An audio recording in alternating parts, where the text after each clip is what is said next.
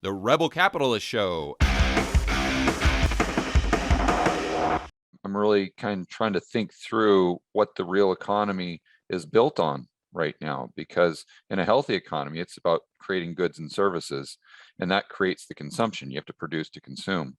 But now I just see this economy that is really dependent upon asset prices. And then to take it a step further, it's dependent upon that government deficit spending.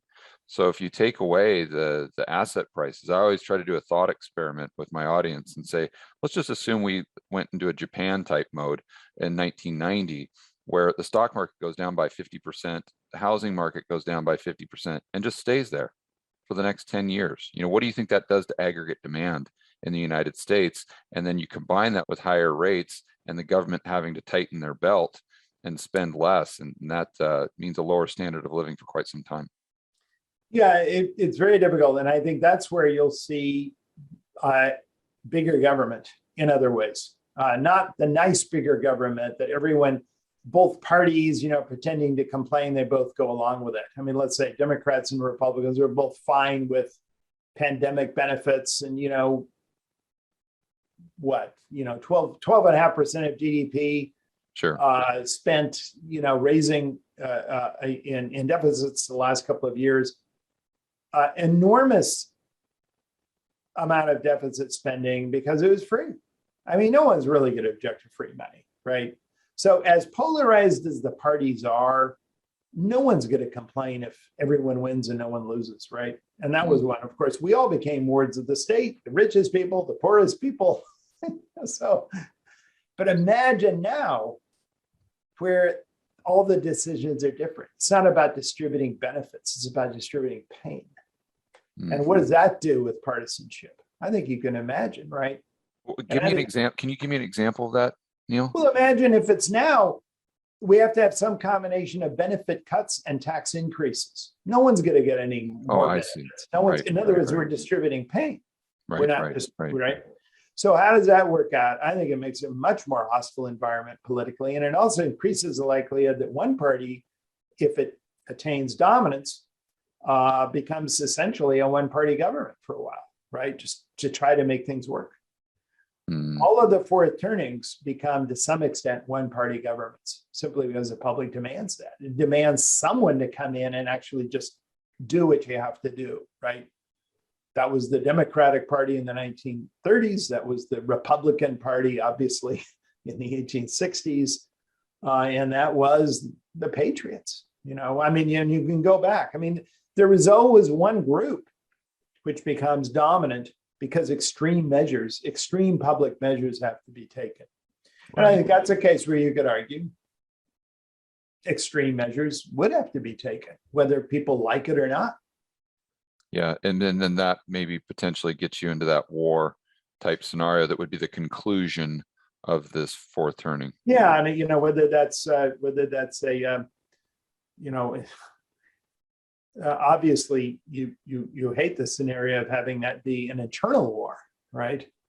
I'm always alarmed to see how many Americans today are in favor of secession.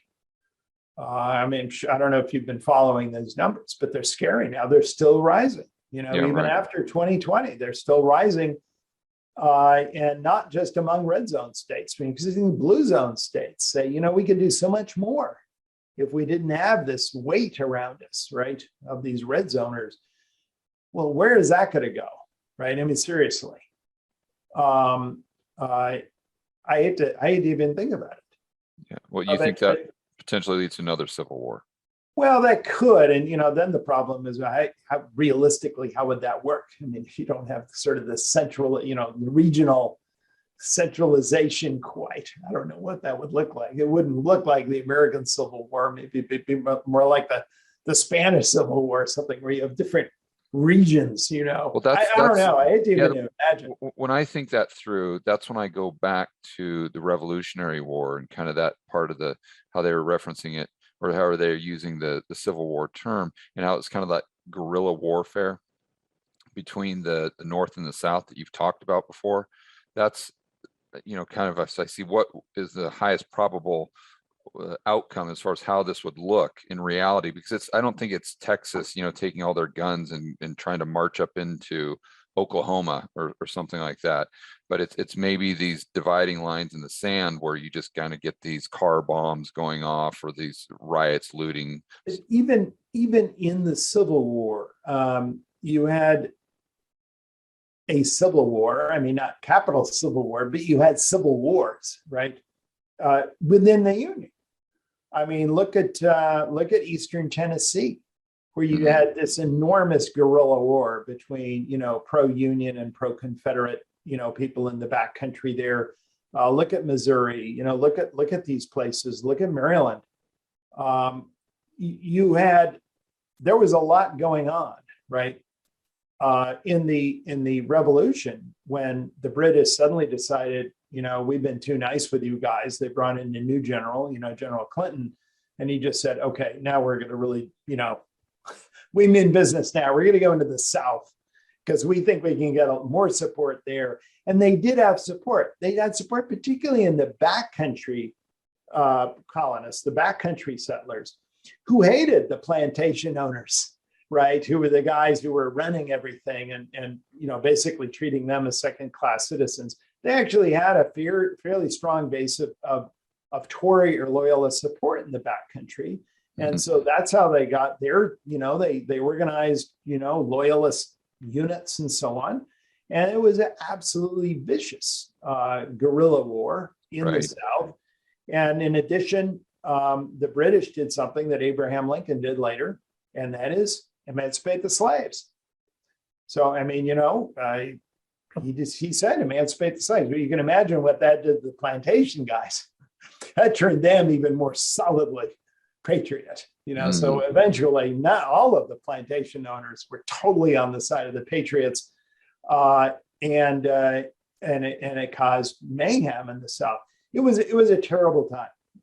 It was far more costly and violent ultimately than the war was in New England, and it led to perhaps the largest economic collapse in American history. Interesting research done on that. The most recent team of economists who've actually examined that period suggests that in the 1780s, by the end of the 1780s, mid to late 1780s, the GDP of America sank by maybe 30%, probably even worse than the Great Depression. In nominal terms? In real terms. I mean, nominally, who knows? I mean, the continental dollars. I mean, who even knew what was going on nominally? But in real terms, and what happened was, it wasn't just the violence and the guerrilla fighting. It was the fact that a very large share of America emigrated. You had an enormous set of Tories. I did the calculation recently. If we had the same amount of immigration today, the people who left, New York City, actually with the British, in 1782, it would be the equivalent of 6-7 million Americans today. And remember, these tended to be the professionals. They tended to be the property owners and the professionals. These were people. They weren't necessarily the biggest wealth owners. They certainly weren't the planters, but these are generally the guys who actually were urban, new stuff, were actually the financiers and so on. They're the capitalists, and they left. So here you have, this new United States, no political organization, no centralization, no national authority, with a completely cratered economy. Towns actually lost size. There was a de-urbanization of America during that period, right? People were going back to farming, who had left cities to go back to farming. So it was a very scary time. But they're doing the same thing today. I can't tell you how many people I know that are thinking of or have already bought pieces of property out in the middle of nowhere that they're going to just go out there and the turning away from market activity is a very interesting phenomenon, and we see it in crisis eras.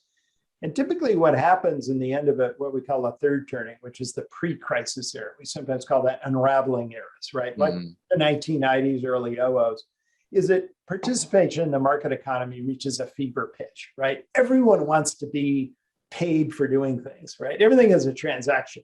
It's sort of the market economy gone crazy. It's what I like to call the rise of the blow dryer economy. I pay you to blow dry my hair. You pay me to blow dry your hair. You know what I mean? And we're all eating out rather than fixing our own food. And right. So we're having other people take care of our kids. Everyone's paying for everything else, right?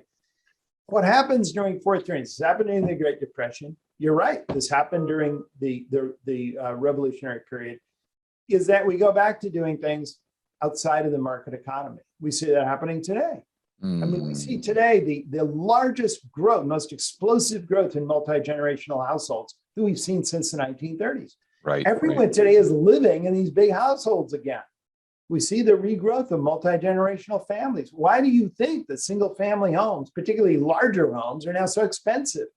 Everyone's moving back into them. People are coming back from nursing homes because they're dying there. But people are educating their kids now in their own home. They're working from their own home, and they've got more adults living there. The millennials never left home. They're still working from there. And people are beginning to do things for themselves within that household outside the market economy. Right. They don't have to pay each other. They don't have to pay taxes on their transaction. I mean, you just think of all the advantages, right? The efficiency advantages of just a more integrated social unit. Mm-hmm. So I think that, I think a hallmark of that was reached only about 2 years before the pandemic. I think it was 2018 or something, 2017, 2018, when for the first time, more Americans were eating out than buying food at grocery stores. And we have actually a guy at our team who actually tracks, restaurants. We often talk about that turnover. Well, that certainly isn't true anymore, is it? Right? People are back to, fixing their own food again, and looking after their own kids.